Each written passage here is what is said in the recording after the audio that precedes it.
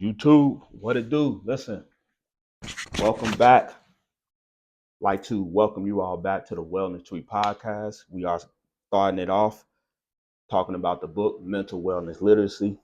Listen, I hope this process has been an enjoyable one for you. But look, let's not waste any time. We're going to get into chapter 2 of this book. Once again, if you're liking the content, if you're enjoying what you're hearing, please hit the like and subscribe button at the bottom of the screen. Share this with somebody, share this with a friend so that we can move this word across the platform. All right. So this week, we're going to talk about a very unique topic. And this topic is dealing with what is our drive as human beings, right? What is powering our ambition?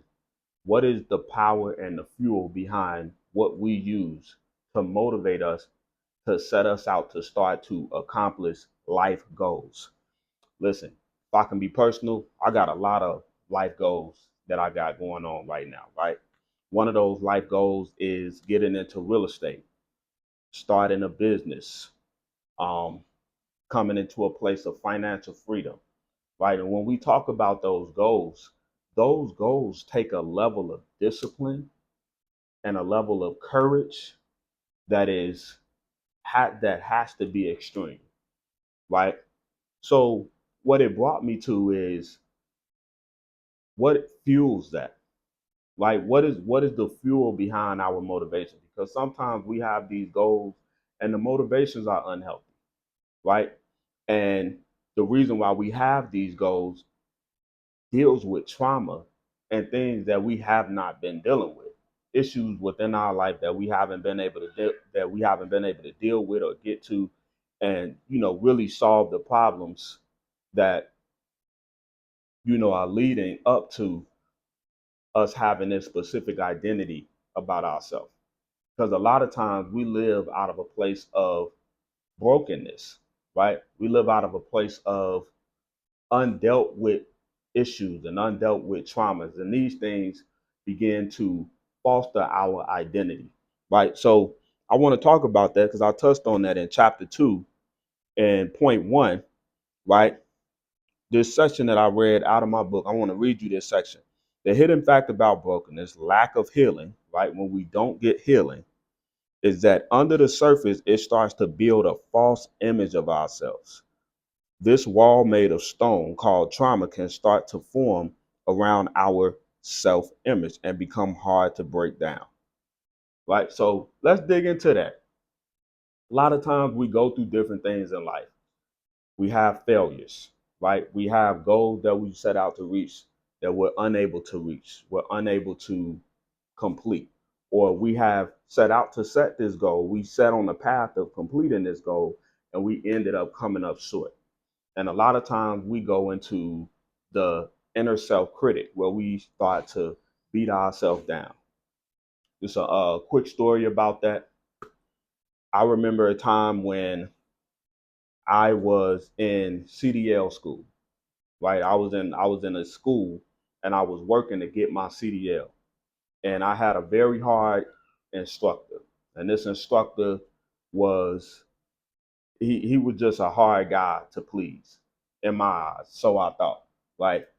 So the task was we had to learn all of the parts on a vehicle. This vehicle, pretty much a truck, it has over 170 something pieces, right? So we had to say these parts and we had to memorize them and we had to say it to him in class and we could not mess up on any of those parts or he would fail us on the test, right? And I remember the first 2 tries, I got up there. I had studied for weeks. I did my time. I put the work in, and I got up there and I started to do it. And the first 2 tries, they failed. I was able to get halfway through the test, and towards like the middle of the test, I said some things that were just, to him was incorrect, but he ended up failing me. And I remember how I felt after those failures. The first thing I started to feel was, how in the world am I going to be able to memorize all 170 parts on this vehicle. Like, I was already counting myself out. I was already saying that I'm not even capable of memorizing all of these things. I'm not capable of. There's so many parts to put together and memorize. I'm not even capable of it. First of all, and how in the world am I going to accomplish this? Right? And I remember during that time, I had to have a mindset shift where it was like, by any means necessary, I'm gonna memorize these parts. I'm gonna do what I need to do to memorize these parts and put them inside my head so that I can go in front of this guy, pass this test. And just sure enough, a couple of weeks later, I was able to test again with another instructor. And when I said it with that other instructor and I went through that process, I remember it being easy, right? Everything that I was saying, it was easy for me because I had put the work in and I did everything that I needed to do. Me and my wife, we went over the pre-trips, the CDL test, whatever, and we put that time in, and I was able to go through that thing with ease.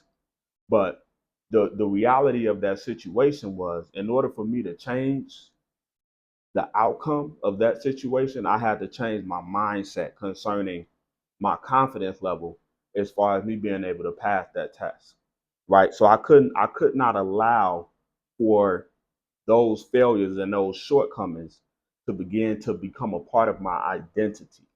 Right. I could not allow for that to become a part of my self image. And a lot of times as people, we have a tendency of doing that. We're very quick to do that. But we internalize and take a lot of things personal. And it's like it's an easy thing to do. Sometimes a lot of time it makes sense. We set out for a goal, we don't accomplish it, we automatically say, "Oh, I'm just not fit to accomplish that goal." And then, which a lot of times that's not necessarily true. It's not that you're not fit to accomplish that goal. You actually are fit to accomplish that goal. Just the mindset has to change. What you think about yourself has to remain true, right? I can do this. I am more than a conqueror, right? I'm able to achieve these levels of success. I'm able to put the discipline in and handle the things that's under my particular control.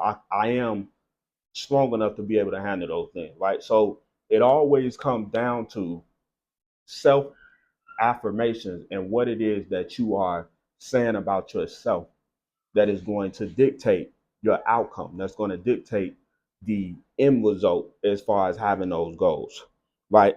So back to this point that we was reading in this book, like a lot of times us having those issues and those problems that we deal with, those childhood traumas that we haven't dealt with, right? Those things that we went through in our childhood that we haven't dealt with, those things follow us into adulthood. And then the next thing you know, we're living this out, right? We're living this false identity out. We've become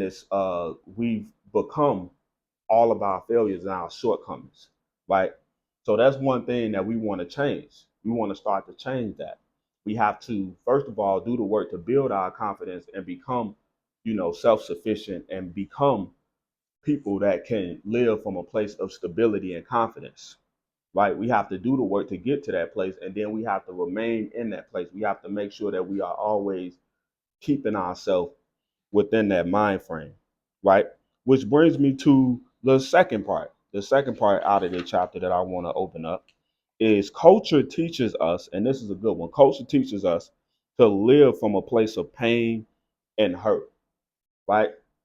So an example of that is a lot of times, you'll hear motivational speakers say things like, take the pain and turn it into gain, right? Or, I turn lemon to lemonade. Different cultural sayings that we hear a lot of time from motivational speakers and different people like that.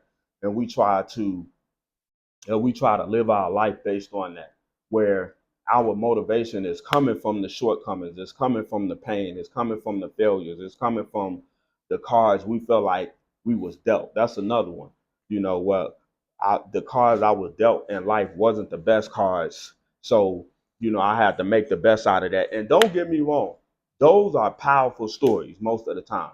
Like those stories are very inspiring when you hear somebody came from the mud and they came from the dirt and they made it. Those are extremely powerful stories, right? But I believe that we should change that narrative, right? I believe that we actually should do the work to get the healing that we need and start to allow the benefits of that process to become the foundation of our confidence and the foundation of what fuels us for success, right? So, us being able to not live from a place of pain, but live from a place of stability and good wellness, right? Live from a place of understanding, well, I'm not my past failures, right? I'm not anything that I came from. Essentially, I can't help the past and what I came from, but that doesn't make me who I am. That doesn't, make up my identity. What makes up my identity is what I was able to gain, first of all, through my relationship with God and how I was able to use that relationship to bring me into a place of power and strength and excellence and courage based off of what I experienced based on my relationship with God. So, learning how to change the narrative as far as the only fuel that you have for success is everything bad that happened to you, right? We want to start to change that because that's another thing that I talked about in my book. When we're coming from a place like that, it gets exhausting, right? It gets tiring. It gets hard to come from that place because it's not no real strength and power coming from that place. You understand what I'm saying? So we don't want to be in this journey of completing goals and completing tasks, and we coming from a place of exhaustion, even though it's going to take that, right? It's going to be moments and times where you are exhausted, but we want to be able to translate that, right? We want to be able to change that and turn that exhaustion into a place of strength and confidence. And and we need that strength and confidence so that we can be disciplined and consistent, right? So that's the thing, man. We wanna come from a place of confidence. We want to come from a place of good mental health, a place of healing, a place of stableness, and really understanding who we are and where we're going. And I believe that should be the fuel for us reaching goals. So to pretty much land this thing, what we should begin to question or what we should begin to talk about is what are things in your path that you are holding on to? I think that's a great question. What are things that you are holding on to that happened to you? Uh, Toxic events that happen to you that you just do not want to let go of, and how can you revisit that and pretty much get that thing taken care of, right? What actions can you take to release those negative past events? What actions can you take? All right. So, lastly, some words of affirmation. I will not be defined by my failures, right? Start to say those things to yourself. I am not defined by my failures. That's a very powerful one. A lot of times we spend our whole life being defined by what happened to us and that was negative. How do we change that? Right? How do we start to not be defined by our failures, but find ways to understand what it was that we have accomplished? What are some things that we've accomplished that we've done well? Right? What is our level of appreciation for where we are now and the things that worked out the right way from based on where we are now. All right. So take that into mind. Listen, I hope this episode was helpful for you. this episode was, it was a bit complex because it has to open our mind and we have to start to think about newer things and think about things on a deeper level. But listen, let's change that fuel. I believe that the places that you want to go, the things that you want to accomplish, they can very well be possible. But the way you're going to do that, you have to come from a strong place. You have to come from a place of stability and confidence and a place of wellness, right?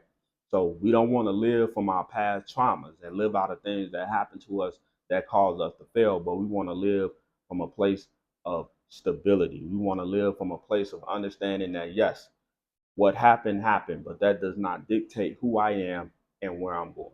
All right. So listen, hope to see you all next week.